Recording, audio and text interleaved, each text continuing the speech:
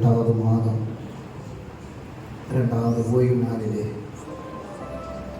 கர்த்தரை துதிக்கும்படியாக, ஆராதனை செய்யும்படியாக, அவருடைய நாமத்தை மகிமைப்படுத்தும்படியாக அவருடைய சன்னதியிலே நம்மை கொண்டு வந்து நிறுத்திய கிருபைக்காக அவருக்கு நன்றி செலுத்தலாம். உள்ளத்தின் ஆழத்திலிருந்து அவருக்கு நன்றி செலுத்தி அவரை துதிக்கும்படியாக நம்ம ஒப்புக் கொடுக்கலாம். முழு உள்ளத்தோடு, முழு பலத்தோடு, முழு சக்தியோடு, பரிசுத்தமான எண்ணத்தோடு, பரிசுத்தமான சிந்தையோடும் அந்த பரிசுத்தமான தெய்வத்தை ஆராதனை செய்யும்படியாக நடுக்கத்தோடு, விரையலோடு தேவனுடைய சமூகத்தில் நின்று அவரை ஆராதிக்கும்படியாக, அவருடைய மகிமையை காணும்படியாக, அவருடைய வல்லமை உணரும்படியாக, ஒரு மனதில் ஆவியை கத்தர் ஊற்றும்படியாக, ஒற்றுமையோடு கத்தரை துதிக்க, ஆராதிக்க, ஒவ்வொரு உள்ளங்களையும் கத்தர் மகிழ்விக்கும்படியாக, வந்த ஜனத்தோடு கத்தர் பேசும்படியாக, ஜனங்கள் ஒவ்வொருவரும் உணர்வோடு கத்தரை துதிக்க, ஆராதிக்க, ஒவ்வொருவருடைய எண்ணங்களை, சிந்தைகளையும் எல்லாம் ஒருமுகப்படுத்தி தெய்வனுடைய சமூகத்தில் ஒப்புக் கொடுத்து கத்தரை ஆராதிப்பதற்காக நம்மை ஆயத்தப்படுத்திக் கொள்ளலாம். இந்த நாளிலும் கூட எத்தனையோ மக்களுக்கு கிடைக்காத ஒரு பாக்கியத்தை கர்த்தர் தந்திருக்கிறார். எத்தனையோ பேர் இந்த நாளை காண முடியாதபடி உலகத்தை விட்டு மாற்றப்பட்டு போனார்கள். ஆனால் கர்த்தர் நமக்கு ஒரு நாளை கூட காண்பதற்கான கிருபையை தந்து நம்மை நடத்தி வரக்கூடிய அந்த நன்மைக்காக கர்த்தருக்கு நன்றி செலுத்தி, அவன் கடந்த 6 நாட்களும் நாம் சென்ற இடமெல்லாம் நம்மோடு கூட இருந்து நம்மை பாதுகாத்து பலப்படுத்தி நடத்தினார். அதற்காக நமக்கு நன்றி செலுத்தி அவரை ஆராதிக்கும்படியாக என்னுடைய சமூகத்தில் ஒப்புக் கொடுக்கலாம். தகப்பனே, அருமையான காலை நேரத்திற்காக நாங்கள் நமக்கு நன்றி செலுத்துகிறோம். இந்த நாளிலே எங்களை அழைத்து வந்து நிறுத்திய கிருபைக்காக நமக்கு நன்றி. அப்பா, யாத்திரையில் இருக்கக்கூடிய பிள்ளைகள் ஒவ்வொருவரையும் கர்த்தர் குறித்த நேரத்தில் அழைத்து வரும்படியாக, யாருக்கும் எந்த விதமான இடையூறுகளும், மனச்சத்திரங்களும், போராட்டங்களும் இல்லாதபடி ஒவ்வொருவரையும் அழைத்து வந்து கர்த்தருடைய சமூகத்தில் கர்த்தரை ஆராதனை செய்வதற்கு இப்பொழுது நிறுத்தும்படிக்கு நாங்கள் செபிக்கிறோம். அப்பா, வந்த ஜனத்திற்காக மக்கள் நன்றி. அன்று ஒவ்வொருவரும் உணர்வோடு கர்த்தரை துதிக்க, ஆராதிக்க, அன்றுவரே இந்த காவை வந்தது நன்மைக்கு என்று சொல்லத்தக்க விதமாக இந்த நாளிலே ஒவ்வொருவரும் மேலும் பரிசுத்த ஆவியானவர் ஆளுகை செய்து நடத்தும்படி ஒவ்வொருவருடைய கருத்தில் ஒப்புக் கொடுக்கிற சிறு பிள்ளைகளை எல்லாம் கர்த்தர் பலப்படுத்தி நிறுத்தும். அதுவே இந்த நாளிலே எந்த இடையூறுகளும், மனச்சங்கரங்களும் இல்லாதபடி ஒரு மனதோடு கர்த்தரை துதித்து ஆராதனை செய்தவருடைய நாமத்தை மகிமைப்படுத்த உதவி செய்யும்படிக்கு நாங்கள் செபிக்கிறோம். அந்த பிள்ளைகள் ஒவ்வொரு விடுதலையோடு கடந்து செல்ல கர்த்தர் தெரிவு செய்யும். தாழ்த்து ஒப்புக் கொடுக்கிறோம். இயேசு கிறிஸ்து நாமத்தில் செபிக்கிறோம். பிதாவே, ஆமென். ஹல்லேலூயா. கர்த்தர் நல்லவர். எல்லாரும் கரங்களை அடித்து கர்த்தரை மகிமைப்படுத்தலாம். ஹல்லேலூயா. கர்த்தர் நல்லவர். அவர் அநேக அற்புதங்களை நம்முடைய வாழ்க்கையை செய்திருக்கிறார். அவர் செய்த அற்புதங்களையும் அதிசயங்களையும் ஆமென் சொல்லி விவரிக்க நம்முடைய நாட்கள் போகிறார். ஹல்லேலூயா. ஆமென். இந்த நாளிலும் கர்த்தரை துதிக்கும்படியாக ஆமென் ஸ்தோத்திரம். பனி போல பெய்யும் பரிசுத்தர், மழையாக பொழியுமார். ஆமென் ஸ்தோத்திரம். பாடுவார் அருமையாக எழுதியிருக்கிறார். இந்த பரிசுத்த ஆவியானவர் பனி போல நம்மை பொழியும்படியாக ஆமென் ஸ்தோத்திரம். இந்த மழையாக பொழியும் ஆவி நம்மையே ஊற்றப்படும்படியாக நம்முடைய மனமும் எண்ணமும் சிந்தையும் அது கர்த்தரை நோக்கி வாஞ்சிக்கும்படியாக, ஜீவனுள்ள தெய்வத்தை நோக்கி வாஞ்சிக்கும்படியாக தெய்வ சமூகத்தில் நம்மை முழுமையாக ஒப்புக் கொடுத்து உள்ளத்தின் ஆழத்தில் இருந்து இருதயத்தின் எண்ணங்கள், சிந்தைகள் கர்த்தருக்கு நேராக திரும்பி இந்த பாடலை பாடி நாம் கர்த்தரை மகிமைப்படுத்தலாம்.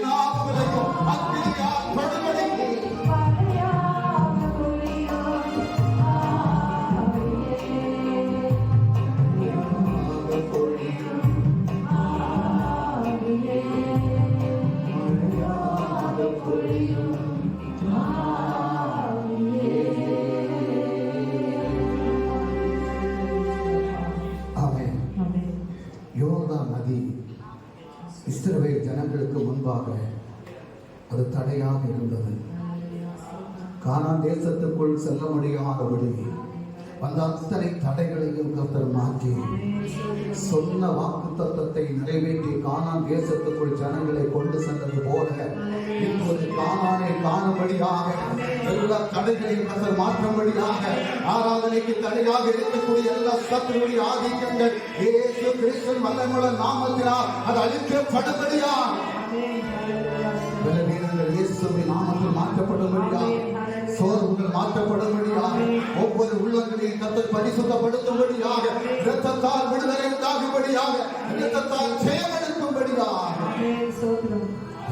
சமூகத்திலே நம்மை ஒப்புக் கொடுத்து ஆமென். ஒரு புதிய நாளை கர்த்தர் நமக்கு தந்ததற்காக அவருக்கு நன்றி செலுத்தி எல்லாரும் தெய்வ சமூகத்திலே எழுந்து நின்று உற்சாகத்தோடு கரங்களை அடைத்து புது வாழ்வு தந்தவரே என்ற பாடலை பாடி நாம் கர்த்தரை மகிமைப்படுத்தலாம்.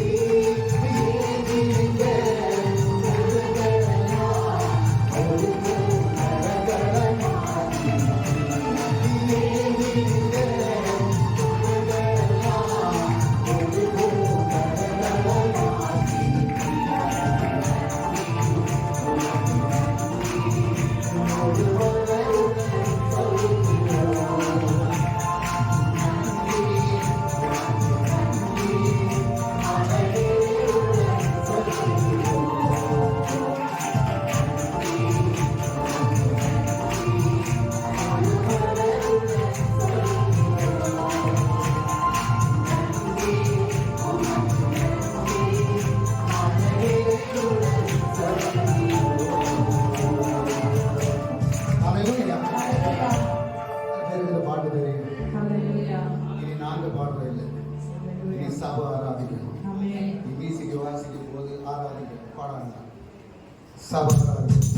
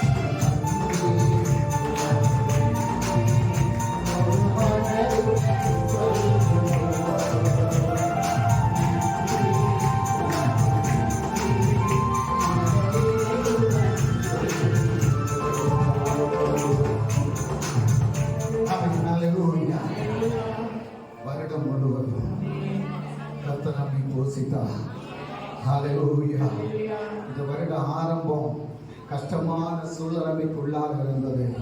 ஆனால் நாட்கள் செல்ல செல்ல ஒவ்வொரு நாளும் கர்த்தர் நம்மோடு கூட இருந்து நம்மை பலப்படுத்தி தைரியப்படுத்தி கர்த்தர் நம்மை நடத்தி வந்தார்.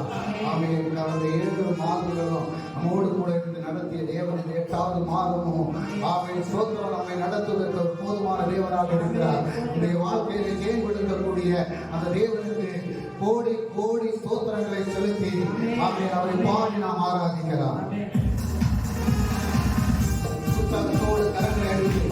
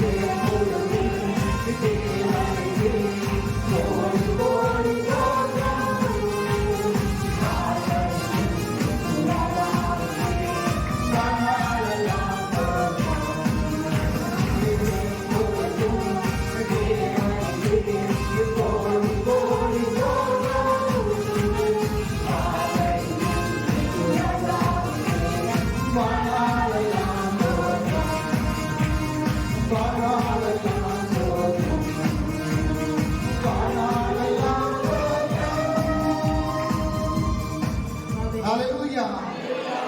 ஆமென். நமக்கு ஜெயத்தை தரக்கூடிய கர்த்தரை ஆமென் ஸ்தோத்திரம். சத்தம் உயர்த்தி ஆராதிங்க. வல்லமையோடு ஆராதிங்க. நம்மை ஜெயத்தோடு நிறுத்தி இருக்கிறார். நம்மை பாதுகாத்து நடத்துகிறார். அந்த தெய்வத்தை நாம் வல்லமையோடு ஆராதிக்கணும். ஆமென் ஸ்தோத்திரம். இன்னும் சத்தம் உயர்த்தி ஆராதிக்கணும். நீ சொன்னால் போதும், நான் செய்வேன் ஆண்டவரே. எத்தனை பேருக்கு சொல்ல முடியும்? ஆமென் ஸ்தோத்திரம். நீ காட்டக்கூடிய வழிகளிலே நான் நடப்பேன். எத்தனை பேருக்கு சொல்ல முடியும்? ஹalleluya. கடலின் மீது நடந்திட்ட அற்புத பாதங்கள். ஆமென் ஸ்தோத்திரம். ஹalleluya. அவர் காற்றையும் கடலையும் அதட்டின தேவன். அவர் கடல் மேல் நடந்த தேவன். ஆமென். செங்கடலை இரண்டாக பிளந்த தேவன். எரிகோவை உடைத்த தேவன். அவர் இன்றைக்கு வல்லமையோடு இருக்கக்கூடிய தேவன். உனக்கு முன்பாக நிற்கக்கூடிய எல்லா தடைகளையும் மாற்றக்கூடிய தேவன். அவர் சொல்வதை நீ கேட்டு உன்னுடைய சன்னதியில் ஒப்புக் கொடுத்தார். கர்த்தர் பெரிய காரியங்களை செய்வார். ஆமென் ஸ்தோத்திரம். பாடலை பாடி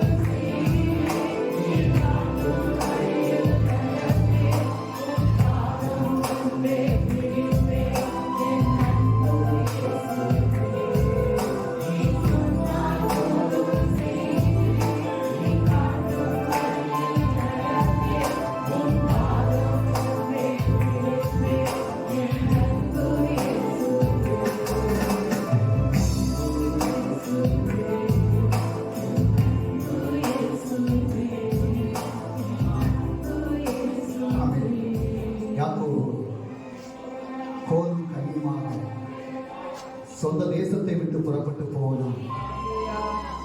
ஆமென். சோதரம் இடம் வந்தது, அந்த இடத்திலே படுத்து தூங்கினான். ஆமென். தூதர் வந்தான். ஹல்லேலூயா. அவருடைய பாதங்களை பற்றி பிடித்துக் கொண்டார். என்னை நீர் ஆசீர்வதித்தார் ஒழிய உண்மை நான் விடமாட்டேன். ஆமென். இன்றைக்கு அந்த யாக்கோபு பிடித்தது போல உடைய பாதங்களை பற்றி பிடித்துக் கொண்டு ஆமென் ஒரு முறை கூட ஆமென் உள்ளத்தின் ஆழத்திலிருந்து அவனுக்கு நன்றி செலுத்தி, அவர் செய்த நன்மைகளுக்காக நன்றி செலுத்தி, என்னுடைய பாதங்களிலே நம்மை சமர்ப்பணம் செய்து ஆமென் யாக்கோபை ஆசீர்வதித்த தேவன், யாக்கோபை விடுதலையாக்கிற தேவன், யாக்கோபுக்கு பாதையை காட்டிக் கொடுத்த தேவன், யாக்கோபுடைய வழிகள் எல்லாம் ஆசீர்வாதத்தை கொடுத்த தேவன், என்னுடைய வழிகளையும் கர்த்தர் ஆசீர்வதிக்கும்படியாக, என்னுடைய பாதையை நேரான பாதையாக மாற்றும்படியாக, என்னுடைய பாவங்களை மன்னிக்கும்படியாக, என்னுடைய தடைகளை மாற்றும்படியாக, தடைப்படுத்தப்பட்ட ஆசீர்வாதம் அதை நாம் அனுபவிப்பதற்கு முடியாதபடி நம்மை தடைப்படுத்தி வைத்திருக்கக்கூடிய அந்த வல்லமைகளிலிருந்து, இருட்டின் அவஸ்தைகளிலிருந்து ஒரு பெரிய வெளிச்சத்தை கர்த்தர் நமக்கு தரும்படியா வெளிச்சமாக இந்த பூமியில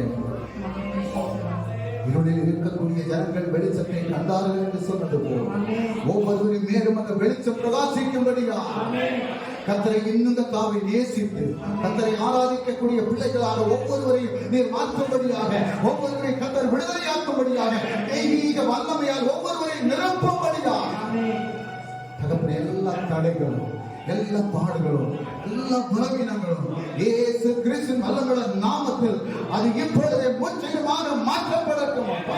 ஒரு விடுதலை உண்டாகட்டும், ஒரு சமாதானம் உண்டாகட்டும் அப்பா. தெய்வீக சமாதானம் ஒவ்வொரு பிள்ளைகளும் உணர்ந்து கொள்ளும்படியாக கிருபை செய்து நாங்கள் ஒப்புக்கொள்கிறோம். இயேசு கிறிஸ்துவின் வல்லமையுள்ள நாமத்தில் ஜெபிக்கிறோம். ஆமென். கர்த்தாவே, சங்கீத பகுதியை நாங்கள் கேட்கவும், அவனுடைய பிள்ளைகள் சொன்ன வசனத்தை நாங்கள் கேட்கவும், இந்த இடத்திலே கர்த்தாவை ஜெபிக்கவும் கர்த்தர் தந்த நல்ல கிருபைக்காக நாங்கள் உமக்கு நன்றி செலுத்துகிறோம். இந்த நேரத்தில் உடைய வார்த்தைகளை நாங்கள் கேட்டு அந்த வார்த்தையின்படி நடப்பதற்கு எங்களை ஆயத்தப்படுத்திக் கொள்ள கர்த்தர் கிருபை செய்யும்படியாக, ஒவ்வொரு உள்ளங்களையும் கர்த்தர் திறக்கும்படியாக, ஒவ்வொருடைய எண்ணங்களையும் சிந்தைகளையும் கர்த்தருக்கு நேராக திருப்பும்படிக்கு ஆகிய சத்துருடைய கரம் யாரையும் ஆளுகை செய்யாதபடி கர்த்தர் ஒவ்வொருவரையும் ஆளுகை செய்து நிறுத்தும்படிக்கு உடைய கரத்தில் ஒப்புக் கொடுக்கிறேன். அடியை பலப்படுத்தி நிறுத்தும், தாழ்த்தி ஒப்புக் கொடுக்கிறேன். இயேசு கிறிஸ்து வல்லமையுள்ள நாமத்தில் ஜெபிக்கிறேன் பிதாவே. ஆமென். ஹல்லேலூயா. ஸ்தோத்திரம். மத்தாய் எழுதின சுவிசேஷம் அதிலே 4வது அத்தியாயம் 17வது வசனம். மனம் திரும்புங்கள், பரலோக ராஜ்யம் சமீபித்திருக்கிறது என்று பிரசங்கிக்க தொடங்கினார். எத்தனை வருஷங்களுக்கு முன்னாடி? 2024 வருஷங்களுக்கு அது தைரியமா சொல்லுங்க ஐயா. பயப்படி கொஸ்டின் கேட்டா உடனே பயந்தாங்க. 2024 வருஷங்களுக்கு முன்பாக இயேசு கிறிஸ்து இந்த பூமியிலே வசித்த நாளிலே அவர் சொன்னது இதுதான். என்ன சொன்னாரு? மனம் திரும்புங்கள், பரலோக ராஜ்யம் சமீபமாய் இருக்கிறது. அவரு சொல்லி 24 வருஷம் ஆச்சு, இதுவரைக்கும் ஒரு பரலோக ராஜ்யம் வரல. அப்படிதான் நினைக்கிறோம் நம்ம, இல்லையா? சோத்திரம். பரலோகத்தை பெற்றுக்கொள்ளணும் அப்படின்னா மனம் திரும்பினாதான் பெற்றுக்கொள்ள முடியும். பரலோக ராஜ்யம் சமீபத்தில் தான் இருக்குது. சோத்திரம். அந்த பரலோக ராஜ்யத்திற்குள்ளால கர்த்தரை கொண்டு போனோம் அப்படின்னு சொன்னா முதலாவது நம்ம மனம் திரும்பணும். ஸ்தோத்திரம். ஹல்லேலூயா. நம்ம ரட்சிக்கப்பட்டிருக்கிறோம், ஸ்நானப்பட்டிருக்கிறோம், ஆராதிக்கிறோம், துதிக்கிறோம், வசனத்தை கேட்கிறோம், வசனத்தை படிக்கிறோம், கர்த்தருக்கு காணிக்கை கொடுக்கிறோம், எல்லாம் கொடுத்திருக்கிறோம். ஆனா மனம் திரும்பிடுவோமான்னு கேட்டா யாருக்குமே சொல்ல முடியாது. ஸ்தோத்திரம். ஹல்லேலூயா. நீங்க மனம் திரும்பி பிள்ளைகளை போல ஆகாவிட்டால் என்னுடைய ராஜ்யத்தில் பிரவேசிக்க மாட்டீர்கள். ஸ்தோத்திரம். இது நான் எழுதுனது இல்லைங்க, இது கர்த்தருடைய வசனம். ஸ்தோத்திரம். அல்லேலூயா. நமக்கு வேத புத்தகத்திலிருந்து இயேசு பிரசங்கிச்ச அந்த வசனங்களை கேட்டு மனம் திரும்பின சிலருடைய காரியத்தை இயேசு இதுல வேத புத்தகத்தில் எழுதி வைத்திருக்கிறார். ஸ்தோத்திரம். அல்லேலூயா. அந்த வசனங்களை நமக்கு பார்ப்போம். நம்ம எந்த விஷயங்கள்ல நம்ம மனம் திரும்பணும், எந்த காரியத்துல நம்ம மனம் திரும்பாதபடி இருக்கிறோம் அப்படின்றது நமக்கு வேத வசனத்தின் அடிப்படையில் நமக்கு பார்க்கலாம். இயேசு இந்த பூமியிலே வாழ்ந்த காலத்துல செய்த காரியம், முதலாவது ஒரு காரியத்தை நமக்கு பார்க்கலாம். யோவான் எழுதின சுவிசேஷம் அதனுடைய 8வது அதிகாரம். யோவான் எழுதின சுவிசேஷம் 8வது அதிகாரம் அதனுடைய 1 முதல் 11 வரை உள்ள வசனத்தை நீங்க என்ன செய்யணும்?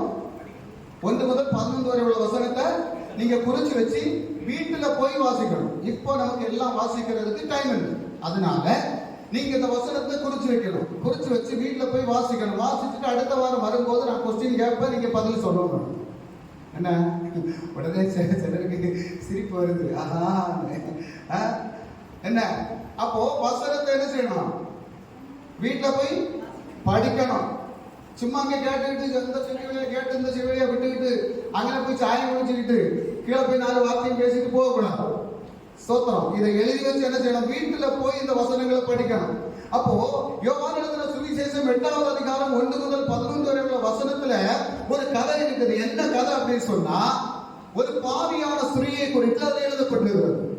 அப்ப இந்த பாவியான ஸ்திரீயை குறித்து அதில் எழுதப்பட்டிருக்கிற காரியம் என்ன அப்படின்னு சொன்னா, அவ விபச்சாரம் செய்து அதனால பிடிக்கப்பட்டு அவளுக்கு தண்டனை கொடுக்கும்படியாக ஜனங்களுக்கு முன்பாக கொண்டு வந்து அவளுக்கு தண்டனை கொடுப்பதற்கு இயேசுவின் இடத்துல சொல்றாங்க. ஸ்தோத்திரம்.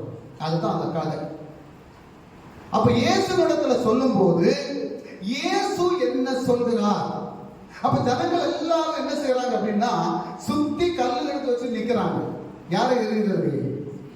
விபச்சாரம் செய்த ஸ்திரீயை எறிகிறதுக்கு, அவளை கல்லறிஞ்சு கொல்லணும் அப்படின்னு சொல்லி மோசேயினுடைய அந்த நியாயப்பிரமாணத்தை வச்சு அவங்க சொல்றாங்க. சொல்லி எல்லாரும் கல்லை எடுத்து வச்சு நிக்கிறாங்க. ஸ்தோத்திரம். இப்ப இயேசு என்ன சொல்றாருன்னு பாக்குறாங்க.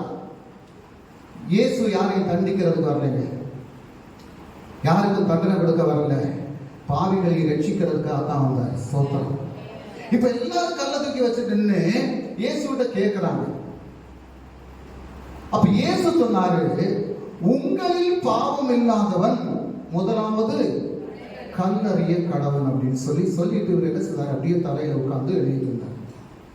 நிமிர்ந்து பார்க்கும்போது கல் எடுத்து வச்சுட்டு இருந்தவங்க யாரையும் காணும். அங்க நின்றது யாரு? அந்த ஸ்திரீ மட்டும் இருந்தாங்க. அதனுடைய 12வது வசனத்தை படிக்கும்.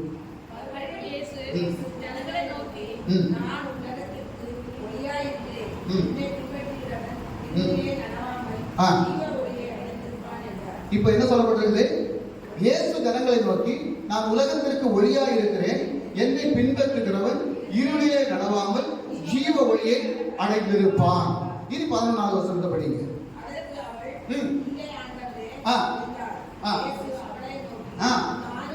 நானும் உன்னை ஆக்கினைக்குள்ளாக தீர்க்கிறது இல்லை, நீ போ, இனி பாவம் செய்யாதே. ஸ்தோத்திரம். கர்த்தர் சொன்ன காரியம் இதுதான். இயேசு அந்த பாவியான ஸ்திரீகிட்ட சொன்ன காரியம் இதுதான். நானும் உன்னை தண்டிக்கல, மனுஷர்கள் உன்னை தண்டிக்கணும்னு நின்னாங்க, அவங்க உன்னை கல்லறிஞ்சு கொல்லணும்னு நின்னாங்க. ஆனா அவங்க யாருமே உன்னை கல்லறிஞ்சு கொல்லல. அப்ப எதுனால அவங்க கல்லறிஞ்சு கொல்லல? எல்லாரும் பாவிகள் தான். ஸ்தோத்திரம். அல்லேலூயா. அப்ப பாவம் இல்லாதவங்க யாருமே கிடையாது. ஆனா நானும் உன்னை தண்டிக்கல, இனி நீ பாவம் செய்யாத. ஸ்தோத்திரம். அல்லேலூயா. இதுதான் மனம் திரும்புதல்.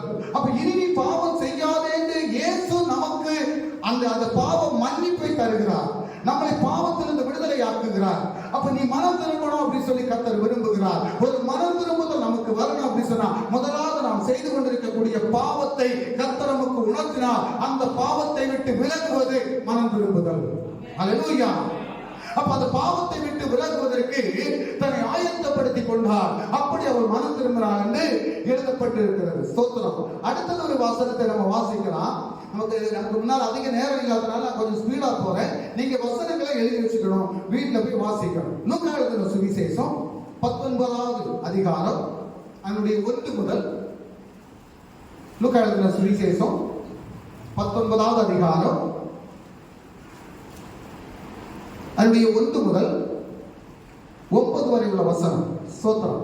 இந்த கதை நம்ம நிறைய பேர் கேட்டிருக்கோம், நிறைய முறை கேட்டிருக்கோம். ஸ்தோத்திரம். ஹல்லேலூயா.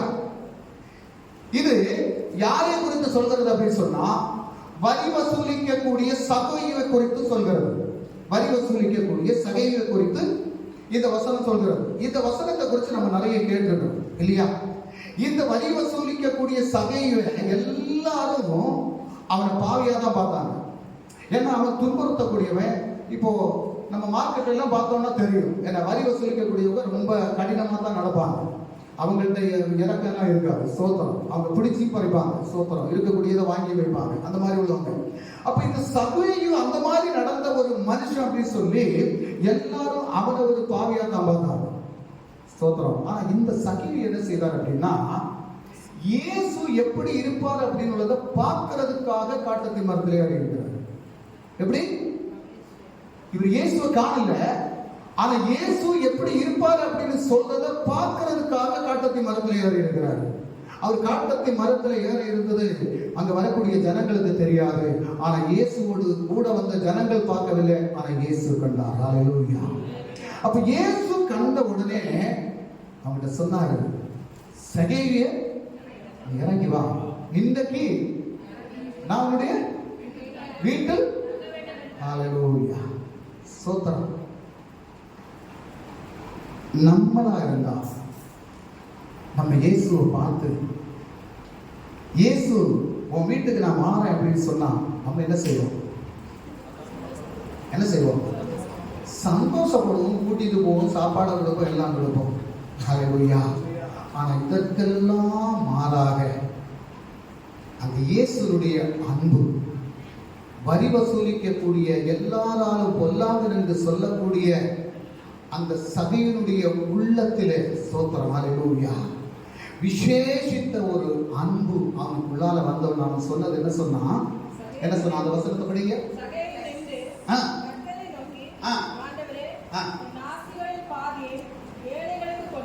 என் ஆசிகளில் பாதியை ஏழைகளுக்கு கொடுக்கிறேன். இதுதான் மனம் திரும்புதல். ஸ்தோத்திரம்.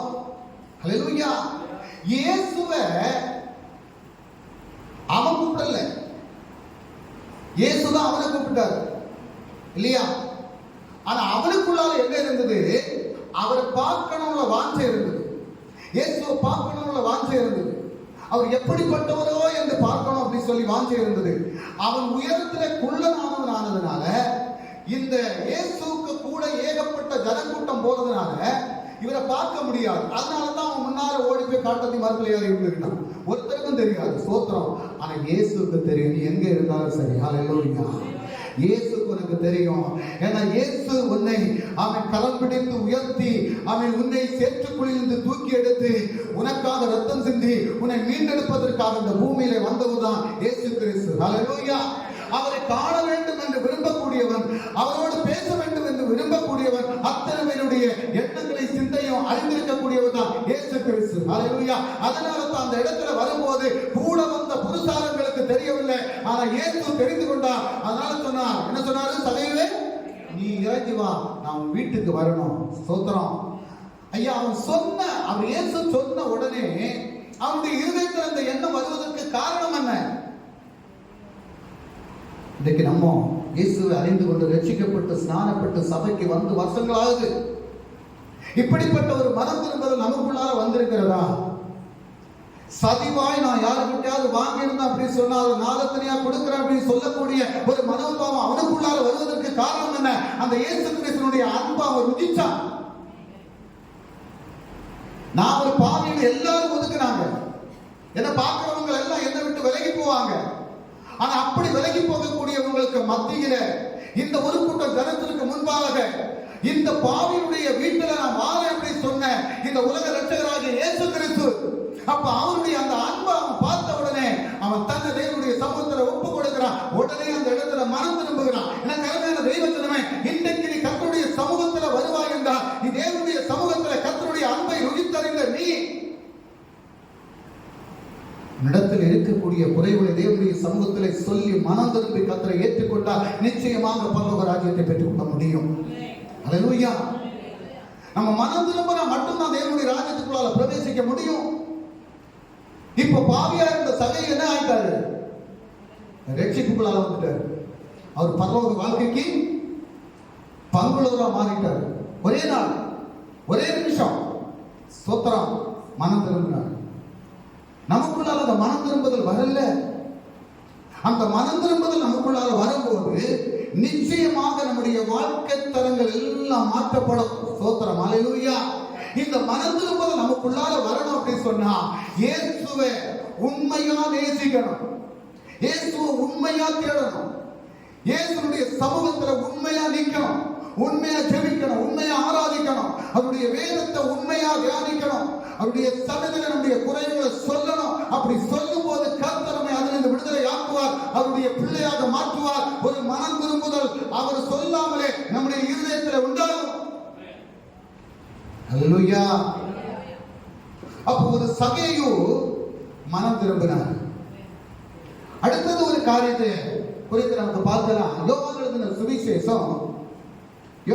சுவிசேஷம் அதனுடைய 4வது அதிகாரம் 17, 18, 19 வசனத்தை வாசிக்கிறதுக்கு முன்பாக நீங்க வீட்டுல போய் என்ன செய்யணும்னா இந்த 4வது அதிகாரம் முழுவதையும் நீங்க வாசிக்கணும்.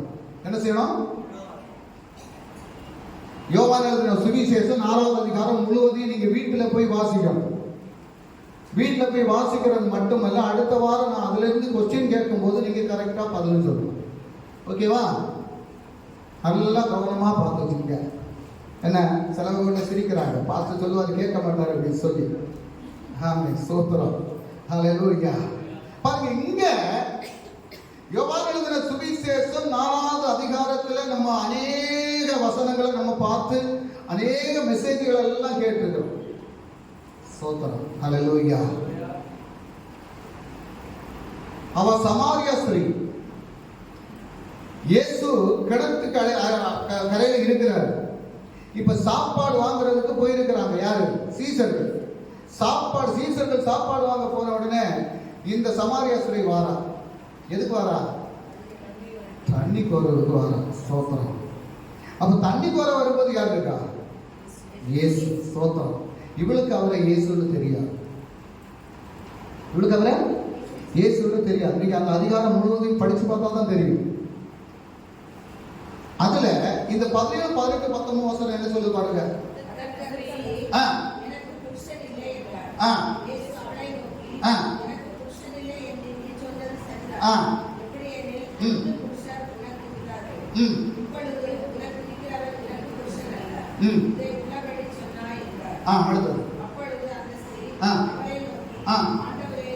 ஆண்டவரே நீர் தீர்க்கதரிசி என்று சொன்னார். பாருங்க, இவா தண்ணி கோரதான் வந்தா. அப்ப தண்ணி கிடைக்கணும்னா உன் புருஷனை அழைச்சிட்டு வான்னு சொன்னார். அவ உண்மையே சொன்னான். என்ன சொன்னா? எனக்கு புருஷன் இல்லை. இயேசு சொன்னாரு, நீ சொன்னது உண்மை. ஸ்தோத்திரம். இன்னைக்கு நம்ம யாராவது ஒரு தவறு செஞ்சா தேவனுடைய சமூகத்துல ஆண்டவரே இந்த தவறை நான் செய்திருக்கிறேன், இதிலிருந்து எனக்கு ஒரு மன்னிப்பு தரணும் அப்படின்னு சொல்லி நம்ம கேட்டோம் அப்படின்னு சொன்னா நிச்சயமா கர்த்தர் அதிலிருந்து நமக்கு மன்னிப்பு தருவார். ஆனா நம்ம என்ன செய்யறோம் அப்படின்னா, தவறு செய்தா அதை கர்த்தருடைய சமூகத்துல சொல்லவும் மாட்டோம், மனம் திரும்புறதுக்காக நம்மளை ஆயத்தப்படுத்தவும் மாட்டோம். மீண்டும் மீண்டும் நம்ம என்ன செய்வோம், அந்த வழிகளிலே போய் கர்த்தரை விட்டு விலகி போகக்கூடிய சூழ்நிலை தான் நமக்கு உருவாகுது. இங்க அந்த சகோதரி சொல்றா, என்ன சொல்றா? எனக்கு புருஷன் இல்லை. அவ உண்மையை சொல்றா, எனக்கு புருஷன் இல்லை. ஆனா அவ யாரு? பாவம் செய்திருக்கிறார். அந்த பாவத்தை தேவனுடைய சமூகத்துல இயேசு கிறிஸ்துவிடத்துல ஒப்பு கொடுக்கிறார். ஒப்பு கொடுத்ததுனால என்ன நடக்குது பாருங்க, அங்க ஒரு பெரிய காரியம் நடக்குது பாருங்க. அதுல 25 முதல் 30 வசனத்தை படி.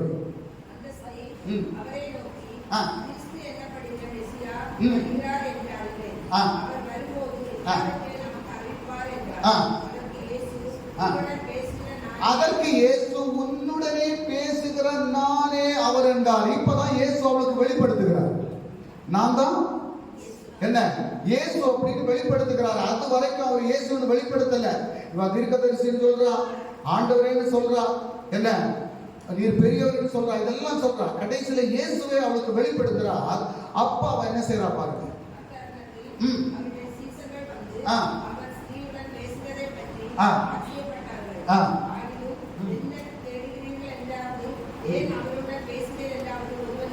கேட்கவில்லை. அப்பொழுது அந்த ஸ்திரீ தன் குடத்தை வைத்துவிட்டு ஊருக்குள்ளே போய் நான் செய்த எல்லாவற்றையும் ஒரு மனுஷன் எனக்கு சொன்னார், அவரை வந்து பாருங்கள், அவர் கிறிஸ்துதானோ என்றார். ஸ்தோத்திரம், அல்லேலூயா. ஒரு பொம்பளை பாவம் செய்த பொம்பளையுடைய பாவத்தை இயேசு வெளிப்படுத்தின உடனே அவ என்ன செய்யறா, தன்னுடைய பாவத்தை அவர் வெளிப்படுத்தி சொன்ன உடனே, அவர் தான் இயேசு என்று தெரிந்த உடனே அவ சும்மா இருக்கல, அவ உடனே போய் ஜனங்களுக்கு சொல்றா. ஸ்தோத்திரம், மனம் திரும்பினா ஜனங்களுக்கு கர்த்தரை குறித்து நம்ம சொல்லுவோம். அல்லேலூயா. உண்மையா மனம் திரும்பணும் அப்படின்னு சொன்னா கர்த்தர் செய்த நன்மைகளை மற்றவங்களுக்கு நம்ம சொல்லுவோம். அதுதான் கிறிஸ்தவ பிள்ளைகளுடைய மெயின் அடையாளம்.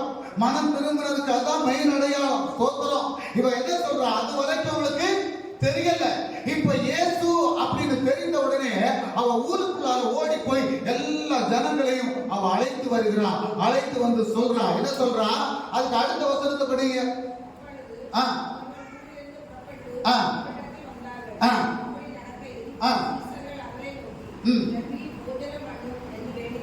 ஸ்தோத்திரம், போதும். ஹல்லேலூயா. அப்ப இப்போ இதுவரைக்கும் அவர் என்ன செய்யல, போஜனம் பண்ணல, சாப்பிடல, சாப்பாடு வாங்க போயிருக்கிறாங்க.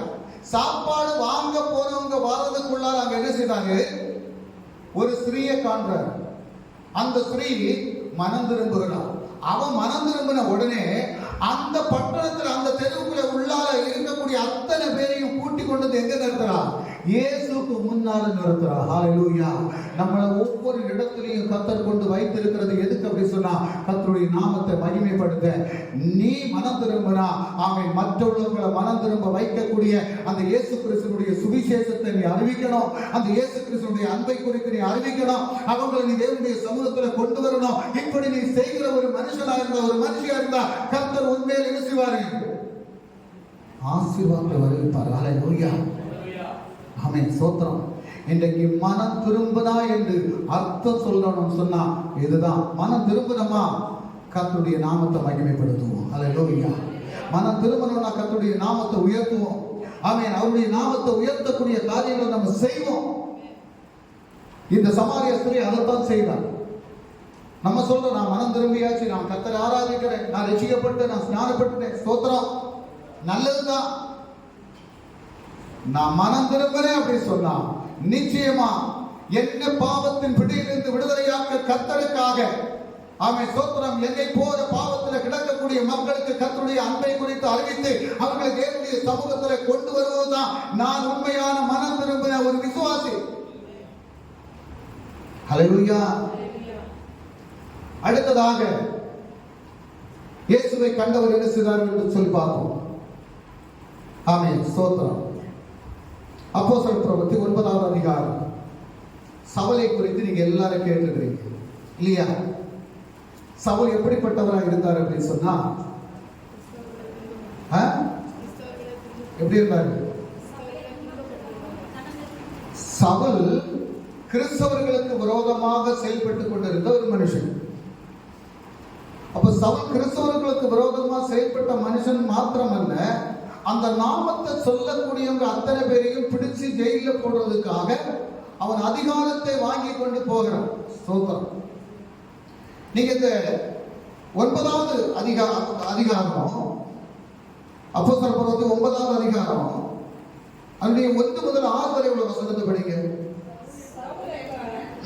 இன்னும் கட்டளை சீசரை பயமுறுத்தி கொலை செய்யும்படி சீறி பிரதான ஆசாரியர்களுக்கு போய் இந்த மார்க்கத்தாராகிய புருஷரையாகிலும் ஸ்திரீகளையாகிலும் நான் கண்டுபிடித்தால் அவர்களை கட்டி எருசலேமுக்கு கொண்டு வரும்படி நிருபங்களை கேட்டு வாங்கினான். இப்போ இந்த சவுல் என்ன செய்யறாரு அப்படின்னா, கிறிஸ்தவர்களுக்கு விரோதமா செயல்பட்டு அவங்களை கொண்டு வந்து கட்டி ஜெயில போடுறதுக்கு அதிகாரத்தை வாங்கிட்டு போறாரு. இப்ப போகக்கூடிய வழியில என்ன நடக்குது அப்படின்னு சொன்னா, இயேசு தொடுறாரு. ஹல்லேலூயா. இயேசு தொடுறாரு.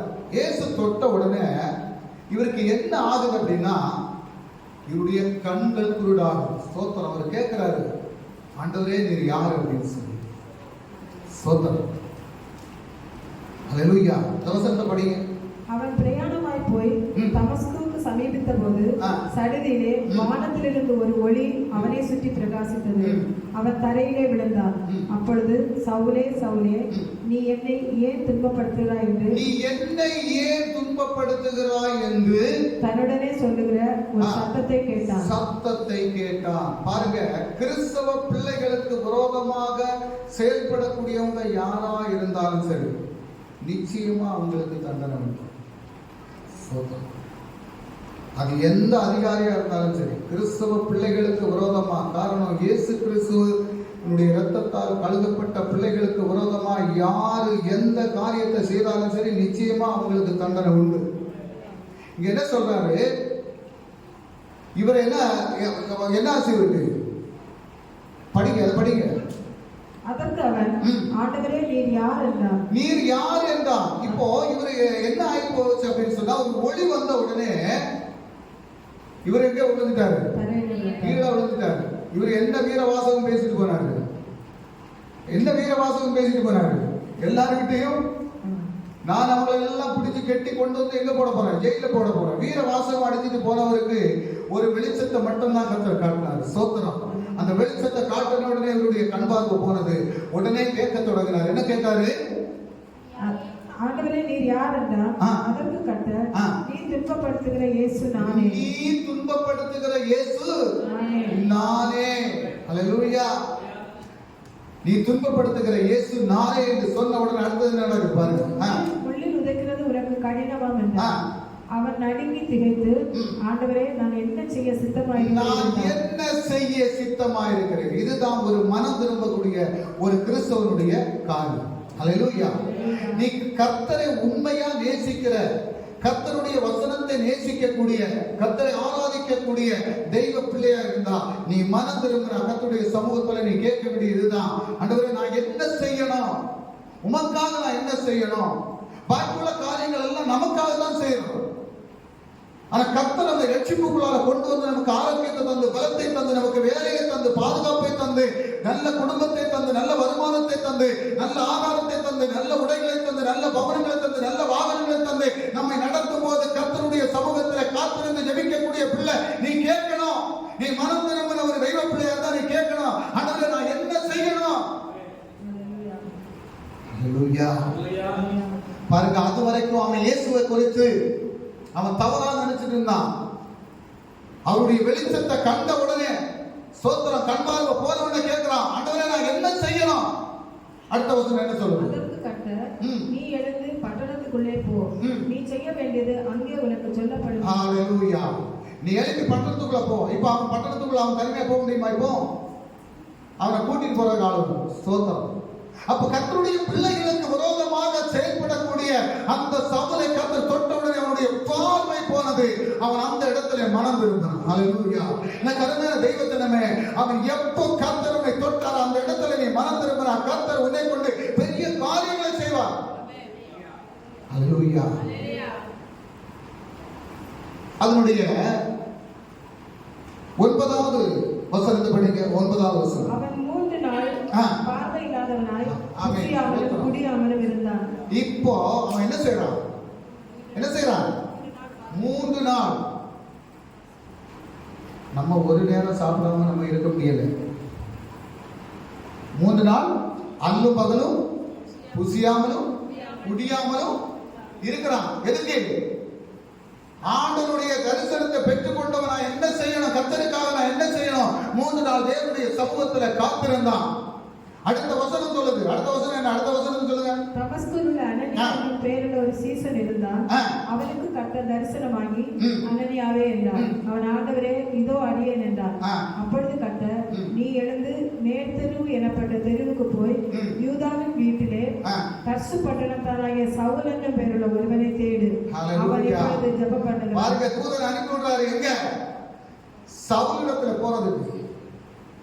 சவுலிடத்துல வந்தாச்சு. அடுத்து என்ன நடக்குன்னு பாருங்க.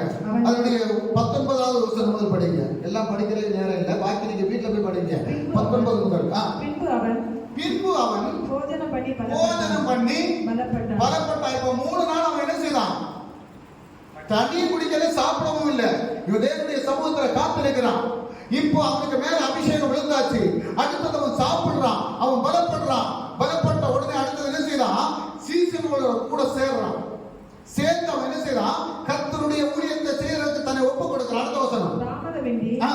கிறிஸ்து தேவனுடைய குமாரன் என்று ஆலயங்களிலே பிரசங்கித்தான். ஸ்தோத்திரம். இதுக்கு முன்னால என்ன செய்தான்? ஆலயங்களுக்கு போகக்கூடியவங்களை கட்டி அவன் ஜெயிலுக்கு கொண்டு வர வந்தான். அதே ஆலயங்களில் போய் கர்த்தருடைய நாமத்தை மகிமைப்படுத்துறான். ஏன்னா கருமையான தெய்வ ஜனமே, நீ மனம் திரும்புறா செய்ய வேண்டிய காரியம் இதுதான்.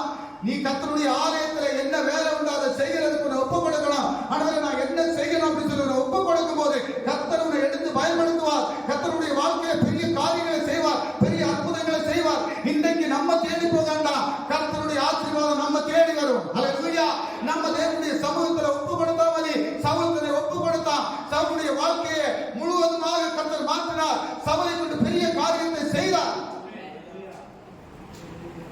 நம்முடைய வாழ்க்கையில சோத்திரம், நம்ம ரட்சிக்கப்பட்டிருக்கிறோம், ஸ்நானப்பட்டிருக்கிறோம், சபைக்கு வர எல்லாம் செய்யறோம். ஆனா இன்னும் சரியான மனம் திரும்புதல் நமக்கு வரல. அவர் சொல்றாரு, மனம் திரும்புங்கள், உங்களுக்கு பரலோக ராஜ்யம் சமீபமாக இருக்கிறது. நீங்க மனம் திரும்பினா மட்டும்தான் பரலோக ராஜ்யத்தை நமக்கு பெற்றுக்கொள்ள முடியும். நான் கருமையான தெய்வ ஜனமே, நம்ம உலகத்தினுடைய காரியங்களுக்காகவும் உலகத்தினுடைய பாதைகளிலும் நம்ம நடந்திருந்தோம் அப்படின்னு சொன்னா நிச்சயமாக கர்த்தருடைய ராஜ்யத்துக்குள்ளார நம்ம பிரவேசிக்க முடியாது. அவருடைய ராஜ்யத்துக்குள்ளார போனோம் அப்படின்னு சொன்னா அது இடுக்கமான வாசல். பாடுகள் உண்டு, நெருக்கங்கள் உண்டு, போராட்டங்கள் உண்டு, பிரச்சனைகள் உண்டு. ரொம்ப நெருக்கமான வழியா இருக்கும். ஆனா உள்ள போனதுக்கு அப்புறம் விசாலமான ஒரு இடம் இருக்கும். ஸ்தோத்திரம். அல்லேலூயா. முதலாவது உனக்கு அது நெருக்கமா இருக்கும், அது இடுக்கமா இருக்கும். ஆனா உள்ள போன அப்படின்னு சொன்னா விசாலமான ஒரு ஆசீர்வாதத்தை கர்த்தர் வைத்திருக்கிறார். அவன் யாருடைய கண்களுக்கும் அது தெரியாதபடி அது மறைக்கப்பட்டிருக்கிறது. அந்த கண்கள், அந்த குருட்டு கண்கள் திறக்கப்பட்டா அவன் கர்த்தர் வைத்திருக்கக்கூடிய அந்த விசாலமான ராஜ்யத்துக்குள்ளார நாம் கடந்து செல்ல முடியும். அல்லேலூயா. நம்மளை சும்மா அவருக்கு தெரிந்தெடுக்கலைங்க. நம்மளை சும்மா வந்து சும்மா உட்கார்ந்து இருந்து நம்ம ஆராய்ச்சிட்டு போறதுக்காக அல்ல கர்த்தரோட தெரிந்தெடுத்திருக்கிறது. நம்முடைய இருதயத்துல எண்ணங்கள் மாற்றப்படணும், சிந்தைகள் மாற்றப்படணும். நான் ரட்சிக்கப்பட்டிருக்கிறேன், ஸ்நானப்பட்டிருக்கிறேன், நான் மனம் திரும்பி நான் கர்த்தருக்கு என்று செய்யணும், நான் கர்த்தருடைய நாமத்தை மகிமைப்படுத்தணும். நான் என்னால என்ன செய்ய முடியும் கர்த்தருக்கு? அல்லேலூயா. இன்னும் நம்ம அந்த பழைய காரியத்தை மட்டும் நம்ம நினைத்து கொண்டு இருந்தோம் அப்படின்னு சொன்னா நம்முடைய வாழ்க்கையிலே அவன் கர்த்தருடைய ராஜ்யத்துக்குள்ளால போறதுக்கு நம்மை ஆயத்தப்படுத்த முடியாது. நம்முடைய பழைய எண்ணங்கள் மாறணும், பழைய சிந்தைகள் மாறணும், பழைய நடப்புகள் மாறணும், பழைய பேச்சுகள் மாறணும். அப்பா, நான் உமக்காக என்ன செய்யணும் ஆண்டவரே? என்னை நீர் தெரிந்து கொண்டீரே, ஆமென். என்னை ரட்சிக்கப்படுத்தினீரே, என்னை பாவத்தின் பிடியிலிருந்து விடுதலையாக்கினீரே, எனக்கு நன்மையாக தந்தீரே. அதில் நான் உமக்காக நான் என்ன செய்யணும்? சவுல் பவுலா மாறி கேட்டாரு பாருங்க, நான் என்ன செய்யணும்? ஸ்தோத்திரம். அல்லேலூயா. பவுலை போல அவன் பாவ குழியிலே கிடந்த அநேகரை கர்த்தருக்குள் கொண்டு வருவதற்கு அவன் தன்னை ஒப்புக் கொடுத்தான். அல்லேலூயா. அவன் மனம் திரும்ப நாள் முதல் அவனுடைய கடைசி நாள் வரையிலும் அவன் கர்த்தருக்கு வேலை செய்தான். கர்த்தருடைய நாமத்தை மகிமைப்படுத்திக் கொண்டிருந்தான். அநேக அடிகள் வாங்கினான், அநேக நாட்கள் அவன் கஷ்டங்கள் அனுபவித்தான். அவன் ஸ்தோத்திரம். 7 கப்பலுக்கு அதிபதினு சொன்னாங்க. ஆகாரத்திற்கு கூட வழி இல்லாதபடி இருந்தான். அவனை கொலை செய்யும்படியாக பலரும் திட்டம் போட்டாங்க. அவன் சிறைச்சாலையிலே போயிருந்தான். இதெல்லாம் எனக்கு அருமையான தெய்வ ஜனமே, நீங்களும் நானும் இந்த சபையில இன்றைக்கு நம்ம வந்து நிற்கிறோம்னா அவங்களுடைய ரத்தம் சிந்தினது நிமித்தம் தான் நம்ம எல்லாரும் தேவனுடைய சமூகத்தில் வந்து சந்தோஷத்தோடு கர்த்தரை ஆராதிக்கிறோம் என்ற எண்ணமும் சிந்தை நம்ம ஒவ்வொருத்தருக்குள்ளாலும் வேணும். அல்லேலூயா. இன்றைக்கு அநேகர் அடிக்கப்படுறாங்க, அநேக ஊழியக்காரங்க கொலை செய்யப்படுறாங்க, அநேகர் ஜெயில வாசம் பண்ணி கொண்டு இருக்கிறாங்க. கருமையான தெய்வ பிள்ளைகளே, நாம் மனம் திரும்புகிறோம் என்றால் நிச்சயமாக கர்த்தர் நம்மை பாதுகாப்பார், நம்மை பலப்படுத்துவார், கர்த்தர் நம்மை எடுத்து உபயோகப்படுத்துவார். நமக்குள்ளார ஒரு மனம் திரும்புவது வேணும். அல்லேலூயா. அந்த மனம் திரும்புதலை பெற்றுக்கொள்வதற்கு கர்த்தருடைய சமூகத்தில் உங்களை ஒப்புக் கொடுங்க. கர்த்தர் உங்களை ஆசீர்வதித்து நடத்துவார். எல்லாரும் தேவ சமூகத்தில் எழுந்து நின்று ஒரு பாடலை பாடி நாம் கர்த்தரை மகிமைப்படுத்தலாம்.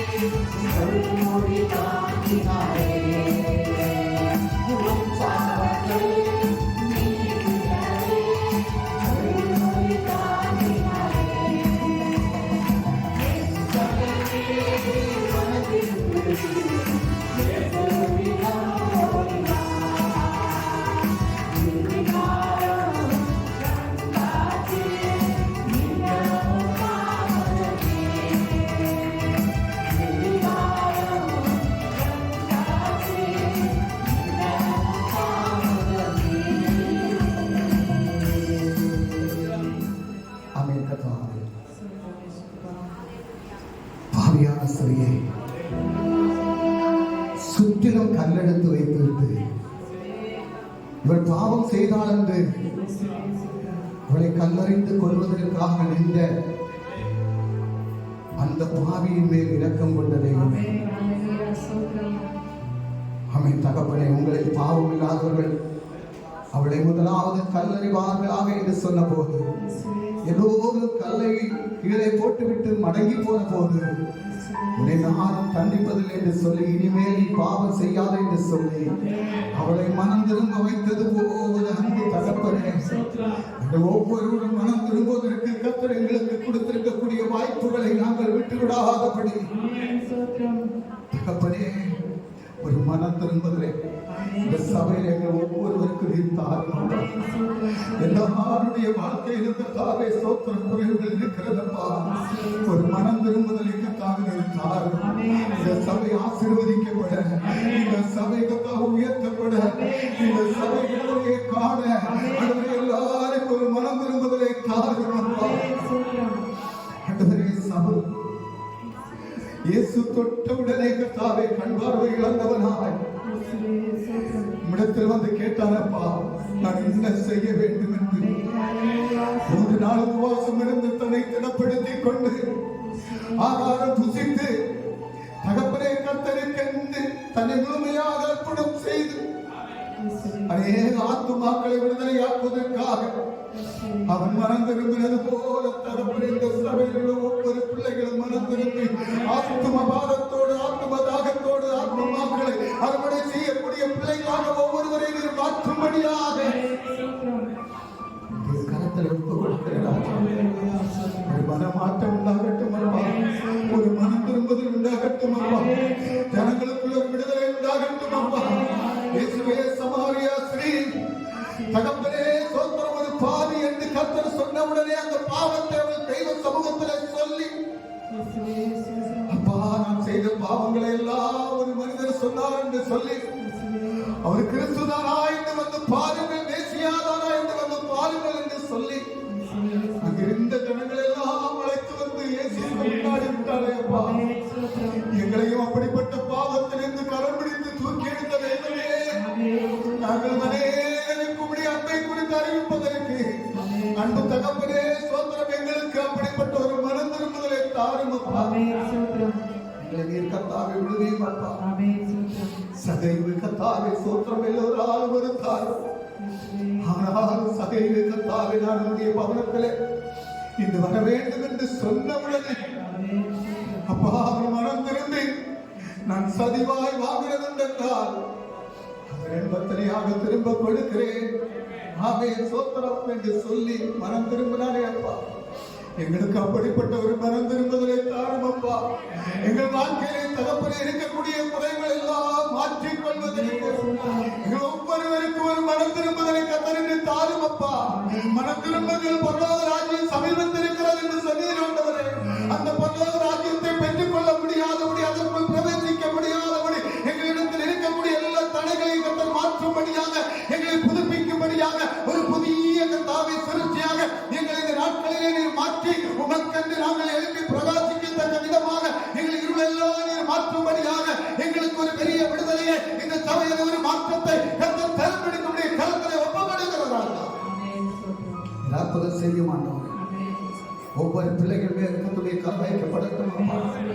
அன்றைய பிள்ளைகள் சமாதானத்தோடு சந்தோஷத்தோடு கடந்து செல்ல எடுத்திருக்கக்கூடிய தீர்மானத்தை அவர்கள் நிறைவேற்றத்தக்க விதமாக ஒவ்வொருவருக்கும் பலத்தை கொடுத்து சக்தியை கொடுத்து கர்த்தர் ஒவ்வொருவரை நடத்தும்படியாக இந்த சபை கர்த்தாவை முழுவதும் ஒரு ஆசீர்வதிக்கப்பட்ட சபையாக மாற்றப்படட்டும் அப்பா. ஒரு விடுதலை சபையாக மாற்றப்படட்டும் அப்பா. ஒரு மனதின் ஆளுடைய சபையாக மாற்றப்படட்டும் அப்பா. அன்புள்ள ஒரு சபையாக மாற்றப்படட்டும் அப்பா. ஒருவரை ஒருவர் நேசிக்கக்கூடிய சபையாக இந்த சபையை நீர் மாற்றும்படிக்கூடிய கருத்தை ஒப்புக் கொடுக்கிறார். ஒவ்வொரு பிள்ளைகளும் அடங்கி போகும்போது யாத்திரைகள் கர்த்தர் கூட மறுபடியும் நாங்கள் ஒருவரை ஒருவர் காணுவரை கர்த்தர் ஒவ்வொருவரை சிறகில் மறைத்து பாதுகாத்துக் கொள்ளும்படி பிதா குமாரன் பரிசுத்த ஆவியின் நாமத்தினாலே ஆசீர்வதித்து ஜெபிக்கிறேன். கர்த்தர் ஆசீர்வதித்த கிருபைக்காக உமக்கு நன்றி. இயேசு கிறிஸ்து நல்லவருடைய நாமத்தில் ஜெபிக்கிறேன் பிதாவே.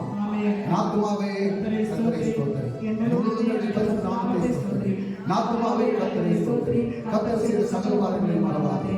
ஆமென். நாம் ஆசீர்வாதத்திற்காக தரைகளை விளக்கலாம். கர்த்தராகிய இயேசு கிறிஸ்து அன்பு பிதாவின் கருணையும் பரிசுத்த ஆவியாருடைய சமாதானம் சந்தோஷம் கூட்டாய்மை ஒவ்வொருவருமே கர்த்தருடைய இரண்டாவது மாறாகட்டும்.